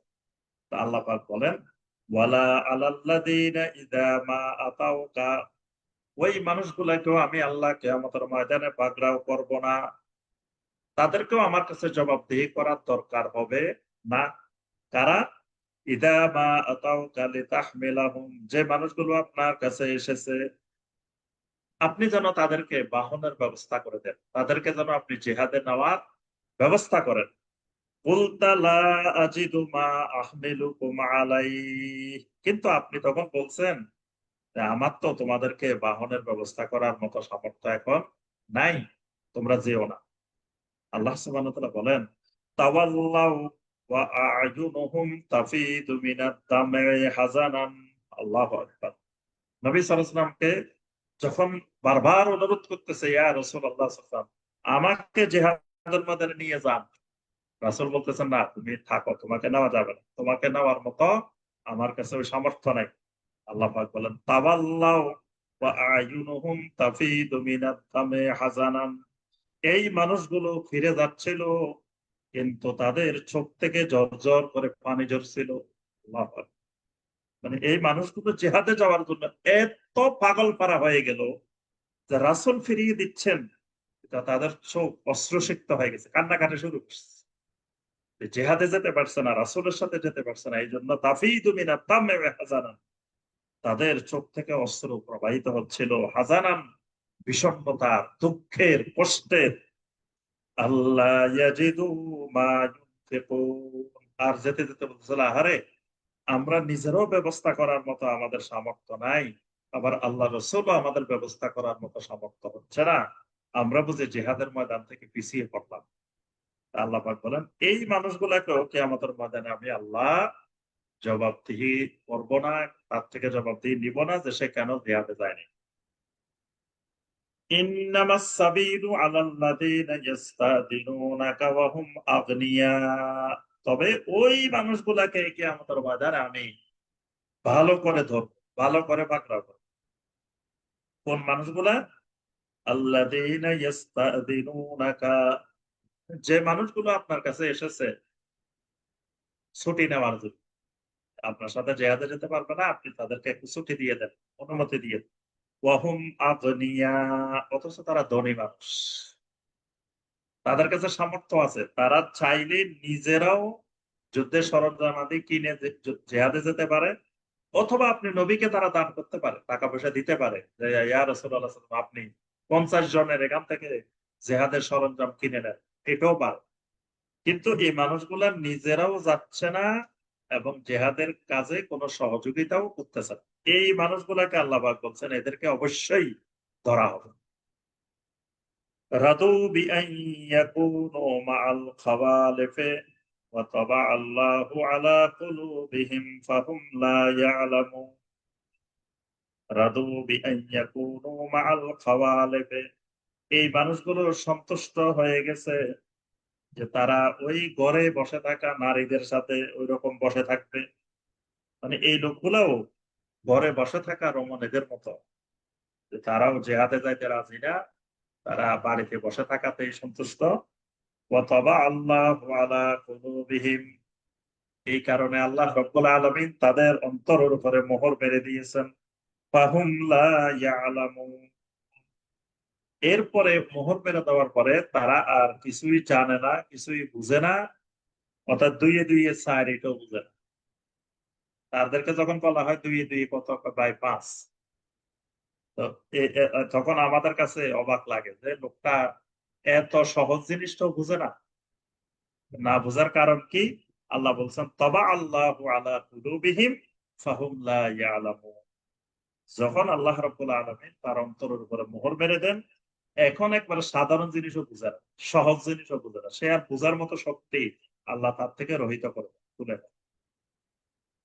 ইয়াতাযিরুনা ইলাইকুম ইযা রাজাতুম ইলাইহিম কুল লা তা'তাযিরু লান নু'মিনা লাকুম قد نبأنا الله من أخباركم وسيرى الله عملكم ورسوله ثم تردون إلى عالم الغيب والشهادة فينبئكم بما كنتم تعملون। এই আয়াতে কারিমায় আল্লাহ রাব্বুল আলামিন বলছেন, যখন আপনি তাবুকের অভিযান থেকে ফিরে আসবেন, তো আসার পরে আপনি দেখতে পাবেন কিছু মানুষ আপনার কাছে এসে বারবার ওযর পেশ করবে যে, আমার ছেলে অসুখ ছিল, আমার স্ত্রী অসুস্থ ছিল, আমার খুব সমস্যা ছিল, আমার নিজের পিঠের ব্যথায়, কোমরের ব্যথায় উঠতে পারি নাই, আমার এই সমস্যা, আমার এই কঠিন সমস্যা ছিল। আল্লাহ পাক বলেন, যখন তারা এই ওযরগুলা আপনার কাছে পেশ করবে, তখন আপনি বলে দিবেন, লা তা'তাযিরু, তোমরা কোন ওযর আমার কাছে পেশ করবে না। কারণ আমার আল্লাহ তোমাদের খবর সব আমাকে জানায় দিছে। তোমাদের এসব ওযর আপত্তি সব মিথ্যা ওযর আপত্তি। তবে আমি রাসূল তোমাদের জন্য আল্লাহর কাছে ইস্তেগফার করতেছি। আল্লাহ তোমাদের পরবর্তী কার্যক্রম দেখবেন। যদি এর পরের কার্যক্রম তোমাদের ঠিক হয়ে যায়, তাহলে আল্লাহ তোমাদেরকে ক্ষমা করবেন। অর্থাৎ এখন আল্লাহ সাথে, সাথে ক্ষমা করবেন না। আল্লাহ তোমাদের পরবর্তী কার্যক্রম দেখবেন। যদি পরবর্তী কার্যক্রমে তোমাদের কোনো মুনাফিকি প্রকাশ না পায়, যদি তোমাদের কার্যক্রম সঠিকভাবে চলে, আল্লাহ এবং রাসূলকে তোমরা ভালোবাসো, তাহলে আল্লাহ তোমাদেরকে ক্ষমা করে দিবেন। এই বিষয়গুলো আল্লাহ পাকের পরবর্তী আয়াতে ২-৩ টি আয়াতে আল্লাহ পাক এই বিষয়গুলো তুলে ধরছে। ইয়াতাযিরুনা ইলাইকুম ইযা রাজা'তুম ইলাইহিম, যখন আপনি তাদের কাছে ফিরে আসবেন, তখন ইয়াতাযিরুনা ইলাইক, তারা আপনার কাছে বিভিন্ন ওযর আপত্তি পেশ করতে থাকবে। যে তারা বলবে যে, ইয়া রাসূলুল্লাহ সাল্লাল্লাহু আলাইহি ওয়াসাল্লাম, এই ওযরের কারণে আমি যাইতে পারি নাই, এই ওযরের কারণে যাইতে পারি নাই। নবী সাল্লাল্লাহু আলাইহি ওয়াসাল্লাম যখন তাবুকের অভিযান থেকে ফিরে আসেন, তখন মুনাফিকেরা সিরিয়াল ধরে নবী সাল্লাল্লাহু আলাইহি ওয়াসাল্লামের কাছে আসতেছিল এবং অনেক ঈমানদারও আসতেছিল। তো এসে কেউ এই ওযর, কেউ এই ওযর, বিভিন্ন ধরনের ওযর আপত্তি পেশ করছে। তন্মধ্যে ৩ জন সাহাবী শুধু কোন মিথ্যা ওযর পেশ করেন নাই। এদের বর্ণনা এই সূরার শেষ দিকে আসবে। যাদের তাওবার কারণে আল্লাহ পাক এই সূরাটির নাম রেখেছেন সূরা তাওবাহ। ৩ জন সাহাবী, তারা কাব ইবনে মালিক রাদিয়াল্লাহু তাআলা আনহু, হেলাল ইবনে উমাইয়া রাদিয়াল্লাহু তাআলা আনহু, আ আরেকজন সাহাবী, ৩ জন সাহাবী। মুরারা ইবনে রুবাই, হেলাল ইবনে উমাইয়া, মুরারা ইবনে রুবাই, কাব ইবনে মালিক রাদিয়াল্লাহু তাআলা। এই ৩ জন সাহাবী শুধু মিথ্যা কোন ওযর পেশ করেন নাই। সরাসরি নবী সাল্লাল্লাহু আলাইহি ওয়াসাল্লামকে গিয়ে বলছেন, ইয়া রাসূলুল্লাহ সাল্লাল্লাহু আলাইহি ওয়াসাল্লাম, আমাদের কোন ধরনের ওযর ছিল না। যত ওযর আপনার কাছে আমরা বলবো, এগুলো মিথ্যা ওযর। আমরা চাইলে আসলে যেতে পারতাম। কিন্তু আমাদের শয়তান আমাদেরকে ওয়াসওয়াসা ফেলে দিয়েছে। আমাদের ঈমানি দুর্বলতায় আমরা যেতে পারিনি। বাস সরাসরি কথা। তারা ৩ জন বললেন, আমরা যদি রাসূলের কাছে মিথ্যা কথা বলি, ওযরও পেশ করি, তা আল্লাহ তো সব জানেন। তা রাসূলের কাছে মিথ্যা বলে লাভ কি? এই ৩ জন সাহাবী সত্য বলছিলেন। এই সত্য বলার পরে আল্লাহ রাসূল, ঠিক আছে তোমরা যাও। পরবর্তী আল্লাহর ফয়সালা আসা পর্যন্ত তোমাদের সাথে আমাদের সমস্ত সম্পর্ক ছিন্ন করে দেওয়া হবে। ৪০ দিন পর্যন্ত এই ৩ জন সাহাবীর সাথে নবী সাল্লাল্লাহু আলাইহি ওয়াসাল্লাম এবং অন্য সাহাবীরা কথাবার্তা বলেন নাই, সালাম দেন নাই। একবার পুরা বিচ্ছিন্ন ছিলেন ৩ জন সাহাবী। তাদের কাছে এই ৪০ টা দিন মনে হয়েছিল ৪০ বছর অতিবাহিত হয়েছে। তারা বলছেন যে, কাব ইবনে মালিক রাদিয়াল্লাহু তাআলা আনহু বলেন যে, আমরা মসজিদে যেতাম, তখন আমরা আল্লাহ রাসূলের দিকে তাকিয়ে থাকতাম। কিন্তু আল্লাহ রাসূল কখনো আমাদের দিকে তাকাতেন না। তবে আমরা যখন সালাত শুরু করতাম, তখন আল্লাহ রাসূল আমাদের দিকে তাকিয়ে দেখতেন। কিন্তু আমরা রাসূলকে সালাম দিলে রাসূল সালামের জবাব দিতেন না।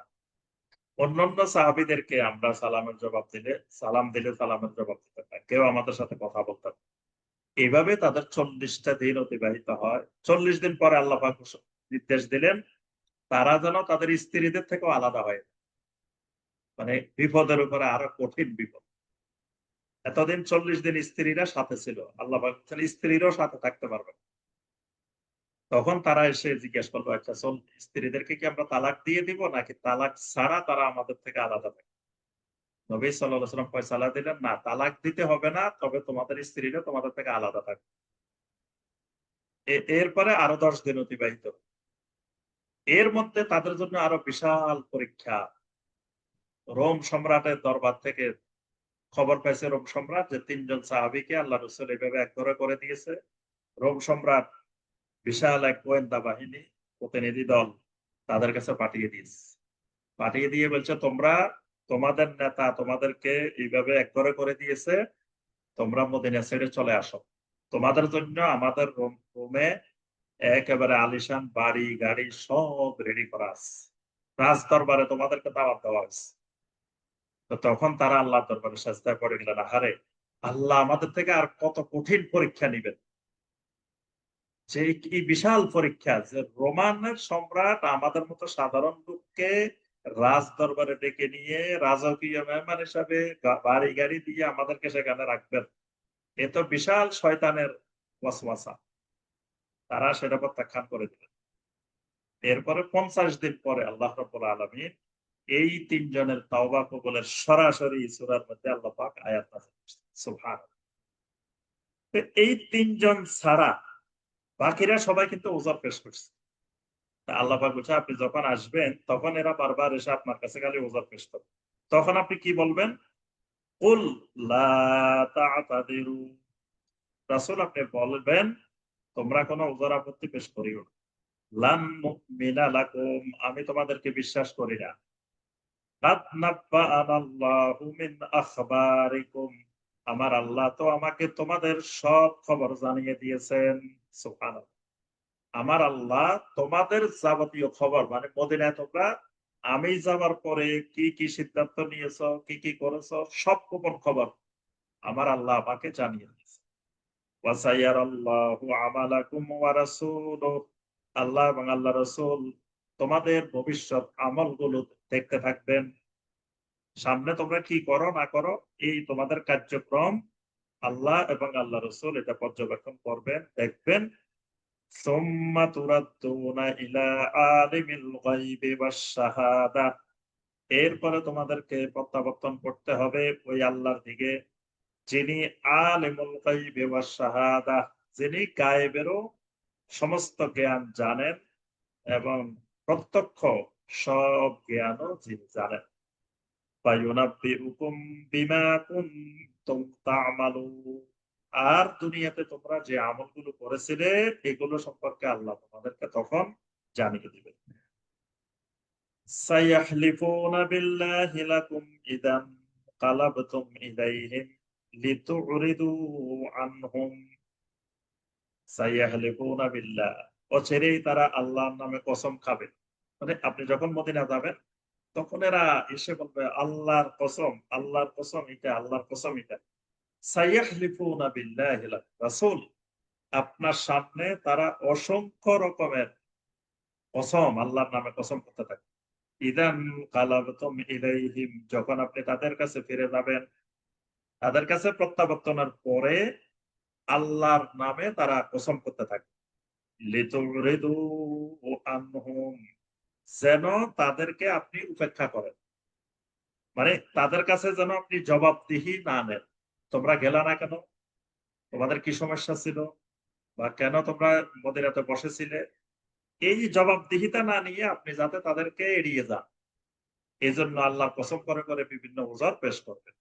ফাআরিদু আনহুম, অতএব রাসূল আপনি তাদেরকে এড়িয়ে যান। আপনি তাদেরকে এড়িয়ে চলেন। কারণ ইন্নাহুম রিজিসুন, কারণ এরা নাপাক। এরা মুনাফিকি যারা করেছে, মুশরিকেরা যেমন নাপাক, ইন্নাহুম রিজিসুন, এই মুনাফিকরাও নাপাক। আপনি এদেরকে পুরাপুরি এড়িয়ে চলেন। ওয়া মাওয়াহুম জাহান্নাম, আর এদের ঠিকানা হবে, আশ্রয়স্থল হবে জাহান্নাম। জাযাআম বিমা কানু ইয়াকসিবুন, এরা যা কিছু উপার্জন করে, কামাই করে এগুলার প্রতিদান স্বরূপ আল্লাহ তাদেরকে জাহান্নামে দিবেন। ইয়াহলিফুনা লাকুম লিতারদাউ আনহুম, আবার কিছু, কিছু মানুষ এসে আপনার সামনে কসম করবে যেন আপনি তাদের প্রতি রাজি খুশি হয়ে যান। আপনি যেন তাদের প্রতি সন্তুষ্ট হয়ে যান। এজন্য তারা আপনার কাছে এসে কসম করবে। ফাইন তারদাউ আনহুম فإن الله لا يرضى عن القوم الفاسقين নবী, আপনি যদিও তাদের প্রতি রাজি খুশি হয়ে যান, তবে জেনে রাখেন আল্লাহ রাব্বুল আলামিন কোন ফাসিক কওমের প্রতি রাজি খুশি হন না। মানে আপনি তাদের প্রতি সন্তুষ্ট হয়ে গেলে কি হবে? আমি আল্লাহ কিন্তু তাদের প্রতি সন্তুষ্ট হব না। কারণ আল্লাহ কখনো ফাসিক কওমের প্রতি সন্তুষ্ট হন না। আল আরাবু আশাদ্দু কুফরান ওয়া নিফাকান ওয়া আজদারু আল্লা ইয়ালামু হুদুদা মা আনজালাল্লাহু আলা রাসূলিহি ওয়াল্লাহু আলীমুন হাকীম। তবে আল আরাবু আশাদ্দু কুফরান ওয়া নিফাকান, বেদুইনদের মধ্যে কিছু বেদুইন এমন আছে, এত জঘন্য আছে, আশাদ্দু কুফরান, এরা মদিনার এই কাফেরদের চাইতেও বেশি কুফরি করে, মানে আরো জঘন্য, কুফরির দিক থেকে আরো মারাত্মক। ওয়া নিফাকান, নেফাকের দিক থেকেও, মুনাফিকের দিক থেকেও এরা অনেক কঠিন, মানে কঠিন নেফাকের অধিকারী। ওয়া আজদারু আল্লা ইয়ালামু হুদুদা মা আনসালাল্লাহু আলা রাসূলিহি, আল্লাহ রাব্বুল আলামিন তার রাসূলের উপরে যে হুদুদ নাজিল করেছেন, সীমারেখা নাজিল করেছেন, সেই সীমারেখার ব্যাপারে না জানার ব্যাপারেও এরা বেশি হকদার। মানে আল্লাহ তার রাসূলের উপরে যে হুদুদ গুলো নাজিল করছেন, এগুলো সম্পর্কেও তাদের কোনো জ্ঞান নেই। এরকম অসংখ্য বেদুইন এই মদিনাতে বসবাস করে। ওয়াল্লাহু আলীমুন হাকীম, আল্লাহ রাব্বুল আলামিন সবকিছু ভালোভাবে জানেন, সব ব্যাপারে আল্লাহ পাক মহা হিকমার মালিক। ওয়া মিনাল আ'রাবি মান ইয়াত্তাখিযু মা ইউনফিকু মাগরামান ওয়া ইয়াতারাব্বাসু বিকুমুদ দাওয়াইর, আবার কিছু কিছু বেদুইন এরকম আছে, মান ইয়াত্তাখিযু মা ইউনফিকু মাগরামান, তারা যা কিছু ব্যয় করে, আল্লাহর রাস্তায় যা কিছু খরচ করে, এটাকে তারা জরিমানা মনে করে। তারা মানে মনের থেকে আল্লাহর রাস্তায় এটা দেওয়ার ইচ্ছা ছিল না।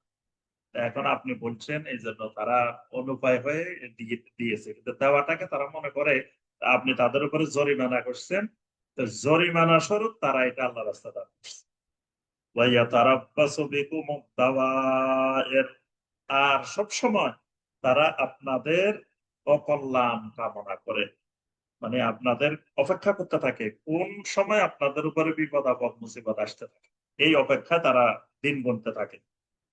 আলাইহিম দাইরাতুস সাউহ, আল্লাহ বলেন এই মন্দ প্রভাব, মন্দ আবর্তন, এটা তাদের উপরে আবর্তিত হবে।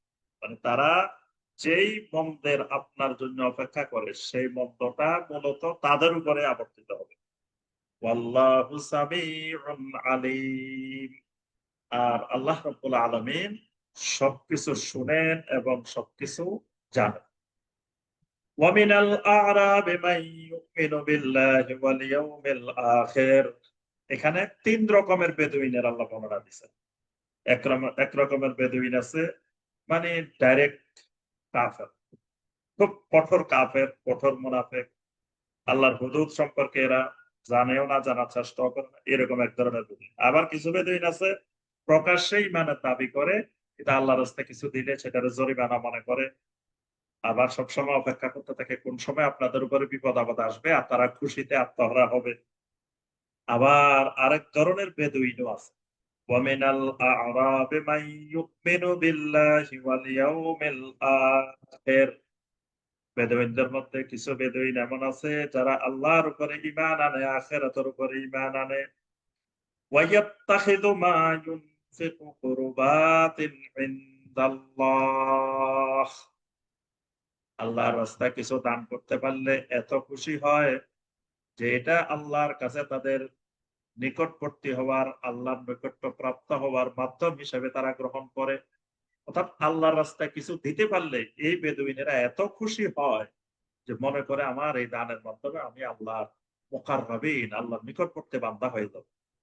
ওয়া সালাওয়াতির রাসূল, আর তারা আল্লাহর রাস্তায় কিছু দিতে পারলে আল্লাহর রসুলের দোয়া পাবে, এটাকেও তারা বড় ধরনের আনন্দের বিষয়, খুশির বিষয় মনে করে। আলা ইন্নাহা কুরবাতুল লাহুম, জেনে রাখো এই বেদুইন গুলাই আল্লাহ রাব্বুল আলামিনের কাছে নৈকট্য প্রাপ্ত হবে। সুবহানাল্লাহ। এরাই, এই মানুষগুলাই, এই বেদুইন গুলাই যে সবকিছুতে আল্লাহর নৈকট্য কামনা করে, কল্যাণ কামনা করে, এরা অবশ্যই আল্লাহ রাব্বুল আলামিনের নৈকট্য প্রাপ্ত বান্দা হবে। সাইয়্যুদখিলুহুমুল্লাহু ফি রাহমাতিহি, অচিরেই আল্লাহ রাব্বুল আলামিন এই বেদুইন গুলোকে আল্লাহর রহমতের মধ্যে প্রবেশ করাবেন। সুবহানাল্লাহ। ইন্নাল্লাহা গাফুরুর রাহিম, অবশ্যই আল্লাহ রাব্বুল আলামিন মহা ক্ষমাশীল, মহা রহমশীল। সুবহানাল্লাহ। এখানে আল্লাহ পাক মদিনার আশেপাশে যে বেদুইন গুলো বসবাস করত গ্রামে, এই ৩ ধরনের বেদুইন পাওয়া যাবে। নবী সাল্লাল্লাহু আলাইহি ওয়াসাল্লামকে আল্লাহ পাক সেই বিষয়টা, সেই তথ্যটা জানিয়ে দিলেন। ১০০ নম্বর আয়াতে কারিমাটা এক যুগান্তকারী আয়াত। কিয়ামত পর্যন্ত আল্লাহ রাব্বুল আলামিন এখানে গুরুত্বপূর্ণ কয়েকটি নীতিমালা বান্দার জন্য নির্ধারণ করেছেন। প্রথম নীতিমালা, এই আয়াতে কারিমার মধ্যে আল্লাহ রাব্বুল আলামিন সকল সাহাবায়ে কেরামকে জান্নাতি হিসেবে ঘোষণা দিয়েছেন। সুবহানাল্লাহ। সকল সাহাবায়ে কেরাম জান্নাতি। সবার জান্নাতের সুসংবাদ। আমরা স্বাভাবিকভাবে জানি যে ১০ জন সাহাবী আশারায়ে মুবাশশারা, যে এদেরকে নবী সাল্লাল্লাহু আলাইহি ওয়াসাল্লাম নাম ধরে ধরে বলছেন, আবু বকর ফিল জান্নাহ, ওমর ফিল জান্নাহ, উসমান ফিল জান্নাহ, এরকম নাম ধরে ধরে বলছেন। এই ১০ জন সরাসরি আশারায়ে মুবাশশারার অন্তর্ভুক্ত। কিন্তু আমভাবে আল্লাহ রাব্বুল আলামিন সমস্ত সাহাবায়ে কেরামকে এই আয়াতে জান্নাতের সনদ দিয়েছেন। যে এখানে সমস্ত মুহাজিরিন, সমস্ত আনসার এবং কিয়ামত পর্যন্ত যারা তাদের ইত্তেবা করবে ইহসানের সাথে, এদের সবাইকে আল্লাহ পাক জান্নাতের সুসংবাদ দিয়েছেন। দ্বিতীয় বিষয়, সাহাবায়ে কেরামদের প্রতি আমাদের আকীদা কেমন হবে, এই বিষয়টাও এই আয়াতে আল্লাহ পাক বলেন। সাহাবায়ে কেরামকে, সকল সাহাবায়ে কেরামকে মহব্বত করতে হবে, ভালোবাসতে হবে। হুব্বুহুম দীনুন ওয়া ঈমানুন ওয়া ইহসান। সাহাবায়ে কেরামকে মহব্বত করা, ভালোবাসা, এটা দ্বীন, এটা ঈমান, এটা ইহসান। ওয়া বুগদুহুম তুগয়ানুন ওয়া কুফরুন ওয়া নিফাকুন। সাহাবায়ে কেরামের প্রতি বিদ্বেষ, সাহাবায়ে কেরামের প্রতি কোন হিংসা, কোন বিদ্বেষ, শত্রুতা পোষণ করা, এটা তুগয়ান, এটা হলো তাগুতের আলামত, সীমালঙ্ঘন। এটা কুফর, এটা মুনাফিক। মানে এই লোক যে মুনাফিক, এটা চেনার বড় আলামত সাহাবায়ে কেরামের প্রতি হিংসা, বিদ্বেষ, শত্রুতা পোষণ করা। এটা হলো আমাদের আহলুস সুন্নাহ ওয়াল জামাতের আকীদা। কারণ সাহাবায়ে কেরামদের উপরে আল্লাহ সন্তুষ্ট। তো তাহলে আল্লাহ যার উপরে সন্তুষ্ট, তার উপরে যদি আমি অসন্তুষ্ট হই, তাহলে আমার ঈমান নেই। এজন্য সাহাবায়ে কেরামকে মহব্বত করা, এটা দ্বীন, এটা ইসলাম, এটা ঈমান, এটা ইহসান। ৩ নম্বর বিষয়, এই আয়াতের মধ্যে আল্লাহ রাব্বুল আলামিন যে বিষয়টা তুলে ধরেছেন, যে কিয়ামত পর্যন্ত মানুষ যাদের ইত্তেবা করবে তারা হলেন সাহাবায়ে কেরাম। সাহাবায়ে কেরামদেরকে আমরা বলে থাকি এই উম্মতের সালাফ। এই উম্মতের সালাফ হলেন সাহাবায়ে কেরাম রাদওয়ানুল্লাহি তাআলা আলাইহিম আজমাইন। অর্থাৎ এরাই হলো সবার পুরাতন, মানে সবচেয়ে প্রাচীন, সবচেয়ে পুরাতন এই উম্মতের জনগোষ্ঠী, যাদেরকে নবী সাল্লাল্লাহু আলাইহি ওয়াসাল্লাম বলেছেন খায়রুন নাসে কারনী। কিয়ামত পর্যন্ত যত মানুষ আসবে তার মধ্যে সবচেয়ে উত্তম যুগ, উত্তম মানুষ আমার এই যুগের মানুষ, অর্থাৎ সাহাবায়ে কেরাম। তো সাহাবায়ে কেরামকে কিয়ামত পর্যন্ত যারা অনুসরণ করবে তারা হেদায়েতের উপরে থাকবে। সাহাবায়ে কেরামকে যারা অনুসরণ করবে না তারা গুমরাহ হয়ে যাবে। কারণ সাহাবায়ে কেরামেরা সম্পূর্ণরূপে শতভাগ শিরিক মুক্ত ছিলেন, শতভাগ বেদাত মুক্ত ছিলেন। তাহলে সাহাবায়ে কেরামকে যে অনুসরণ করবে তার মধ্যে কোনো শিরিকও থাকবে না, তার মধ্যে কোনো বেদাতও থাকবে না। কারণ এই শিরিক আর বেদাত সাহাবায়ে কেরামের পরে পৃথিবীতে চালু হয়েছে। সাহাবায়ে কেরামদের মধ্যে কখনো শিরিক আর বেদাত অনুপ্রবেশ করে নাই। আমরা বর্তমানে আমাদের দেশে বা সারা পৃথিবীতে যত বেদাত আমরা লক্ষ্য করি, এগুলা কিন্তু সব 300 বছর, 400 বছর, 500 বছর পরে আবিষ্কার হয়েছে। তার অর্থ সাহাবায়ে কেরামের সময়ে এই বেদাত গুলো কোনটাই ছিল না। তো তাহলে সাহাবায়ে কেরামদের ইত্তেবা করলে, সাহাবায়ে কেরামদের অনুসরণ করলে শিরিক মুক্ত থাকা এবং বেদাত মুক্ত থাকা আল্লাহ রাব্বুল আলামিন সহজ করে দেন। এজন্যই আমরা বলি যে পৃথিবীতে একমাত্র সঠিক মানহাজ মানহাজুস সালাফ, সালাফদের মানহাজ, সাহাবায়ে কেরামের মানহাজ। সাহাবায়ে কেরামেরা যেভাবে কোরআন বুঝছেন, কিয়ামত পর্যন্ত কোরআন এভাবে বুঝতে হবে। এর বাইরে বুঝার কোনো সুযোগ নাই। সাহাবায়ে কেরামেরা যেভাবে নবী সাল্লাল্লাহু আলাইহি ওয়াসাল্লামের হাদিস বুঝছেন, কিয়ামত পর্যন্ত হাদিসটা এভাবে বুঝতে হবে। এর বাহিরে বিকল্প বোঝার সুযোগ নাই। সাহাবায়ে কেরামেরা যেভাবে ইসলাম বুঝছেন, কিয়ামত পর্যন্ত এটাকে ইসলাম বুঝতে হবে। সাহাবায়ে কেরাম যেভাবে সলাত বুঝছেন, কোরআনের সলাত, আমরা যে সলাত আদায় করি, বর্তমানে কেউ কেউ বলতে চান একটা কুফরি গোষ্ঠী মানুষের ঈমান হরণকারী আহলে কোরআন নাম দিয়ে মানুষকে ঈমান নষ্ট করার জন্য যে ফিতনাটা শুরু হয়েছে, তারা বলে যে আমরা যে সলাত আদায় করতেছি এটা কোরআনের সলাত না। সাহাবায়ে কেরামেরা যে সলাত বুঝছেন ওইটাই কোরআনের সলাত কিয়ামত পর্যন্ত। এর বাহিরে কারো বুঝার বিকল্প সুযোগ ইসলামে নাই। যদি কেউ এর বাহিরে বুঝে, বেশি বুঝে, সে কাফের হয়ে যায়, সে ইসলাম থেকে বের হয়ে যায়। তো সাহাবায়ে কেরামেরা রাসূল থেকে সলাতটা যেমনে বুঝছেন, আমরা যেভাবে সলাত আদায় করি এইটাই বুঝছেন সাহাবায়ে কেরাম সলাত। সাহাবায়ে কেরামেরা সিয়াম বলতে যা বুঝছেন, বর্তমানে একটা শ্রেণী সূর্য ডোবার ১ ঘন্টা পরে ইফতার করে। তারা বলে যে সিয়াম তো সূর্য ডুবলে সিয়াম শেষ হয় না। আল্লাহ বলছে সুম্মা আতিম্মুস সিয়ামা ইলাল লাইল, রাত পর্যন্ত সিয়াম পালন। তো সূর্য ডুবলে তো রাত হয় না, আরো ১ ঘন্টা পরে রাত হয়। এজন্য তারা ১ ঘন্টা পরে ইফতার করে। তাহলে বোঝা গেল তারা নিজেরা কোরআন বুঝে ফেলছে। সাহাবায়ে কেরামদের মতো যে নাই। এজন্য তারা ঈমান হারা হয়ে গেছে। ঠিক এইভাবে নবী সাল্লাল্লাহু আলাইহি ওয়াসাল্লামের প্রত্যেকটা হাদিস, দ্বীনের প্রত্যেকটা বিষয় সাহাবায়ে কেরামদেরকে অনুসরণ, অনুকরণ করা উম্মতের জন্য ফরজ। এবং ঈমানের উপরে, ইসলামের উপরে, তাওহীদের উপরে থাকতে হলে অবশ্যই সাহাবায়ে কেরামদের মতোই দ্বীন বুঝতে হবে, কোরআন বুঝতে হবে, সুন্নাহ বুঝতে হবে। এই আয়াতে আল্লাহ রাব্বুল আলামিন সেই নির্দেশনাটিও দিয়েছেন। এবং যারা সাহাবায়ে কেরামদের ইত্তেবা করবে, সাহাবায়ে কেরামদেরকে ফলো করবে, আল্লাহ পাক বলছেন তাদের জন্য আল্লাহ জান্নাত বানায় রেখেছেন। সুবহানাল্লাহ। আরেকটা বিষয় হলো আমরা সাহাবায়ে কেরাম বাদ দিয়ে যাকেই অনুসরণ করব, সে জান্নাতি না জাহান্নামী এটা নিশ্চিত করে বলার সুযোগ নেই। তিনি যত বড় ইমাম, যত বড় মুহাদ্দিস, যত বড় মুফাসসির, যত বড় ফকিহ, যত বড় ওলিয়া উলিয়া হন না কেন, তিনি কি জান্নাতি মানুষ না জাহান্নামী মানুষ, এটা দুনিয়ার কেউ নিশ্চয়তা দেওয়ার সুযোগ নাই।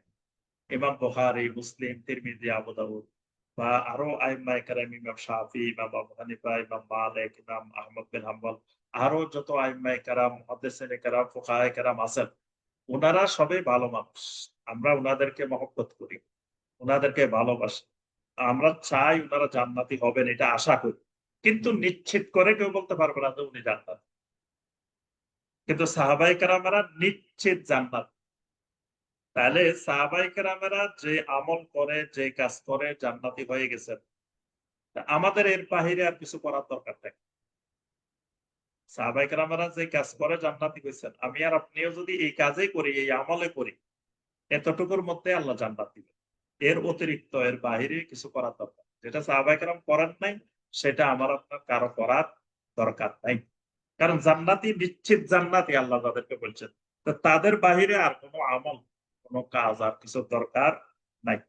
আর আমি যদি অনুসরণে করি, তাহলে ওই মানুষটার অনুসরণ করে যারা নিশ্চিত জান্নাতি, আরেকজন অনিশ্চিত।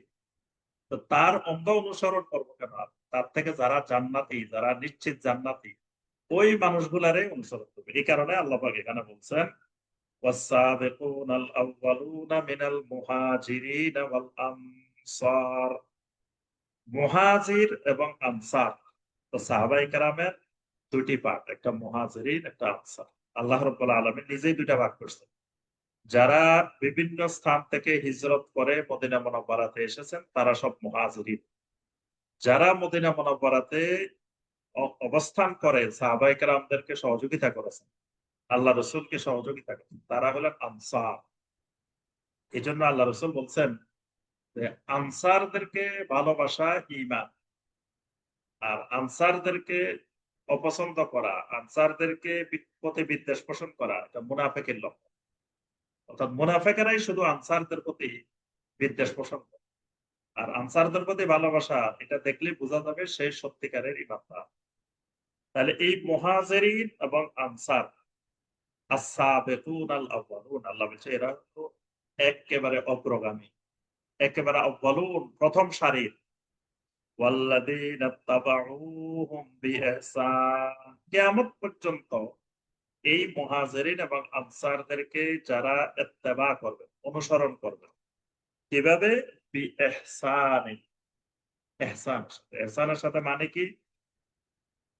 ইহসানের সাথে মানে হলো যে ফাহমুল কোরআন বিফাহমিস সাহাবা, ফাহমুস সুন্নাহ বিফাহমিস সাহাবা, ফাহমুদ্দিন বিফাহমিস সাহাবা, মানে সাহাবাদের বুঝের মতো কোরআন বুঝা, সাহাবাদের বুঝের মতো সুন্নাহ বুঝা, সাহাবাদের বুঝের মতো দিন বুঝা।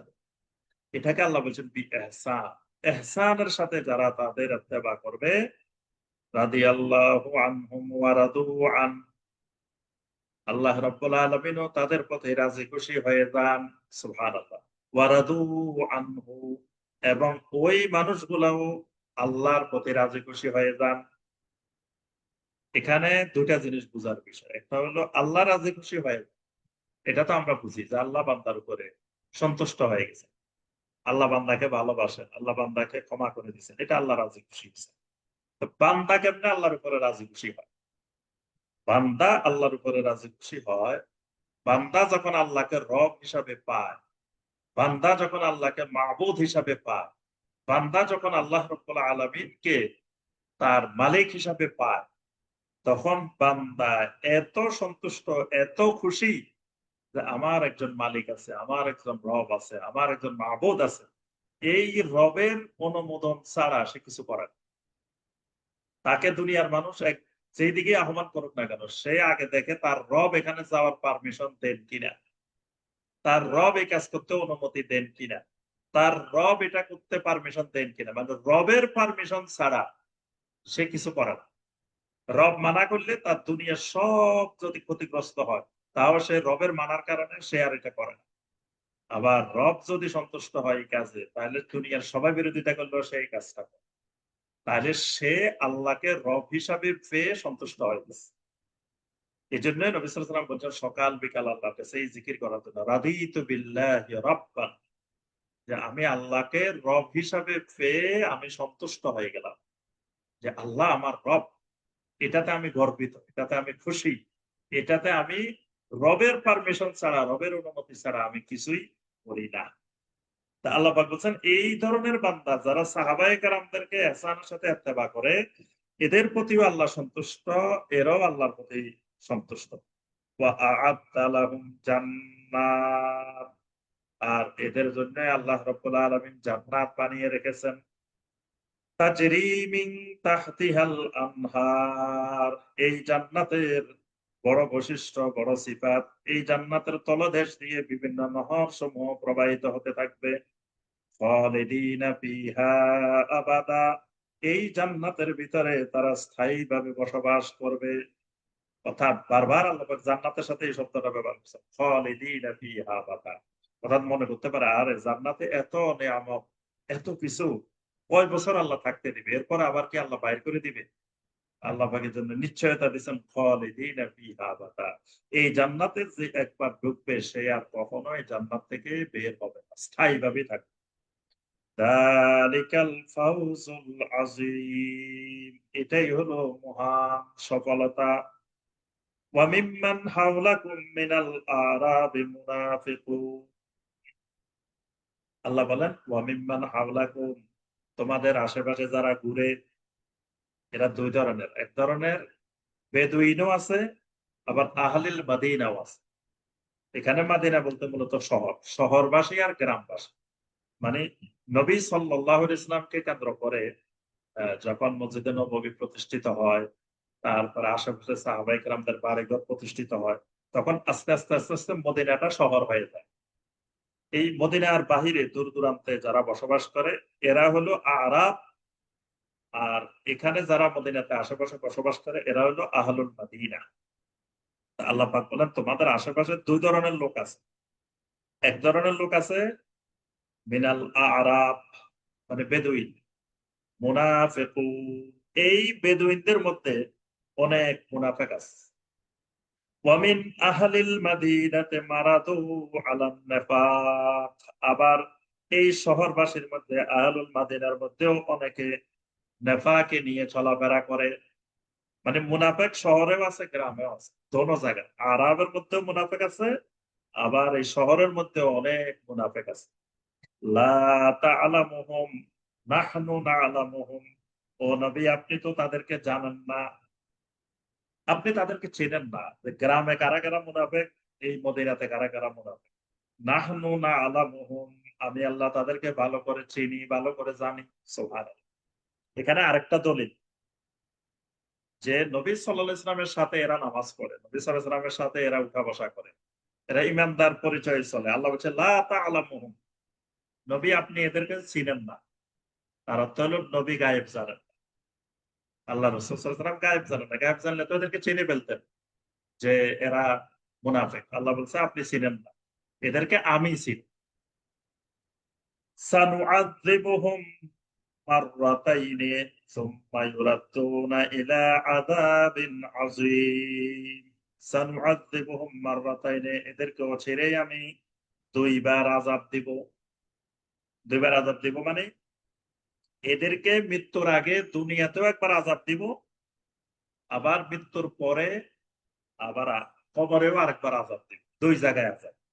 সুম্মা ইউরাদ্দুনা ইলা আযাবিন আযীম, এরপরে তাদেরকে কঠিন আযাব, মহান আযাবের দিকে প্রত্যাবর্তন করা হবে। মহান আযাব মানে জাহান্নাম। তাহলে তিনবার আযাব। এক আযাব দুনিয়ার মধ্যে, এক আযাব বারযাখী জীবনের মধ্যে, এক আযাব আযাবে আযীম। এটাকে আল্লাহ পাক আযাবে আযীম বলছেন, মহান আযাব। এটা হবে জাহান্নামের। ওয়া আখারুনা আতারাফু বিযুনুবিহিম খালাতু আমালান সালিহান ওয়া আখারা সাইয়্যিআ। আবার দেখেন এই বেদুইনদের মধ্যে, আহলুল মাদিনার মধ্যে অনেক মানুষ এরকম আছে, ইতারাফু বিযুনুবিহিম, এই মানুষগুলো সবসময় তাদের গুনাহ নিয়ে খুব পেরেশান। মানে আগের গুলা বলছে আল্লাহ পাক এরা মুনাফিক। আরবের মধ্যেও আছে, মদিনার মধ্যেও আছে। আবার এবার বলতেছেন আল্লাহ পাক এই বেদুইনদের মধ্যে, আহলুল মাদিনার মধ্যে এমন মানুষগুলো আছে ইতারাফু বিযুনুবিহিম, যে মানুষগুলো তাদের গুনাহের স্বীকৃতি প্রদান করে। মানে গুনাহ নিয়ে আল্লাহর কাছে সবসময় পেরেশানির মধ্যে থাকে। আল্লাহ আমার গুনাহটা মাফ করে দাও, আল্লাহ আমার গুনাহটা মাফ করে দেন, আল্লাহ আমাকে গুনাহ থেকে মুক্ত করে দেন। খালাতু আমালান সালিহা, আবার তারা আমলে সালেহ করে, ওয়া আখারা সাইয়্যিআ, মাঝে মাঝে কিছু গুনাহ করে ফেলে। দুটার সংমিশ্রণ, মানে ভালো কাজও করে, মাঝে মাঝে কিছু গুনার কাজও করে ফেলে। আসাল্লাহু আন ইয়াতুবা আলাইহিম, আশা করা যায় এই মানুষগুলোকে আল্লাহ রাব্বুল আলামিন ক্ষমা করে দিবেন। সুবহানাল্লাহ। এই মানুষগুলোকে আল্লাহ রাব্বুল আলামিন ক্ষমা করে দিবেন, তাওবা কবুল করবেন। ইন্নাল্লাহা গাফুরুর রাহিম, আল্লাহ রাব্বুল আলামিন মহা ক্ষমাশীল, মহা রহমশীল। 103 নম্বর আয়াত। এই আয়াতে কারিমাটা খুবই গুরুত্বপূর্ণ একটি আয়াত।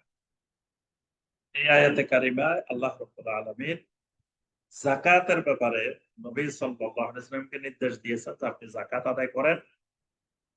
যাকাতের ব্যাপারে দুইটি বড় বড় ফায়দা, দুইটি বড় বড় উপকারিতা আল্লাহ পাক এই আয়াতে বর্ণনা করেছেন। পাশাপাশি যাকাত নেওয়ার সাথে সাথে নবী যেন তাদের জন্য দোয়া করেন সেই নির্দেশনাও আল্লাহ পাক দিয়েছেন। আল্লাহ পাক বলেন খুয মিন আমওয়ালিহিম সাদাকাহ, নবী আপনি তাদের সম্পদ থেকে সদাকা গ্রহণ করেন। সদাকা মানে এখানে যাকাত।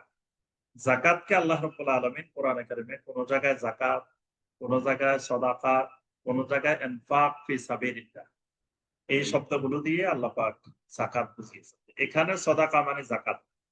আপনি তাদের সম্পদ থেকে সদাকা গ্রহণ করেন, এর দ্বারা দুইটা ফায়দা হবে। তুতাহহিরুহুম, প্রথম ফায়দা হলো যাকাত আদায়ের দ্বারা আপনি তাদেরকে পবিত্র করে দিবেন। কিভাবে পবিত্র হবে? তাদের অন্তরে যত রকমের আহ কৃপণতা, যত রকমের সংকীর্ণতা, যত রকমের কাঠিন্যতা, মানে অন্তরের যত রোগ থাকবে, যাকাত আদায় করলে অন্তরের রোগগুলা দূর হয়ে যাবে। কারণ স্বাভাবিকভাবে মানুষ টাকা পয়সা কাউকে দিতে চায় না। তো যখন সেই বিশাল অঙ্কের যাকাত, তারপরেও সে খুশি মনে সন্তুষ্ট চিত্তে দিয়ে দিচ্ছে, তার তো সে আল্লাহকে ভালোবাসে।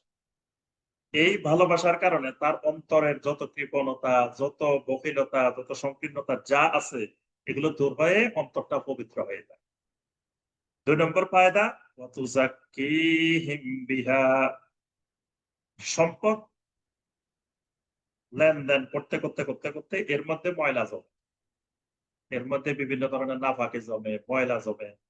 মানে সম্পদের লেনদেন শতভাগ যদি শরিয়া সম্মত ভাবেও করে, কিছু জিনিস আছে এটা সম্ভবই না, মানে আপনি চাইলেও শরিয়া সম্মত করতে পারবেন।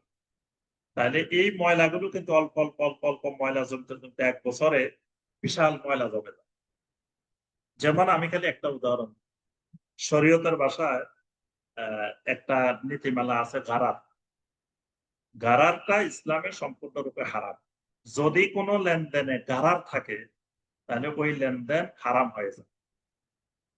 রেবা থাকলে, সুদ থাকলে যেরকম হারাম হয় লেনদেনের মধ্যে, ঠিক সুদের মতো গারার, গারার যদি থাকে, গারার মানে অস্পষ্টতা। গারারের বাংলা হলো অস্পষ্ট।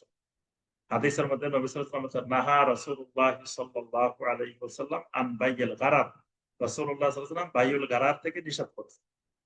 অস্পষ্ট মানে বেচাকেনার মধ্যে, লেনদেনের মধ্যে কোনো অস্পষ্টতা থাকা যাবে না। যদি অস্পষ্টতা থাকে, তাহলে লেনদেন বাতিল হয়।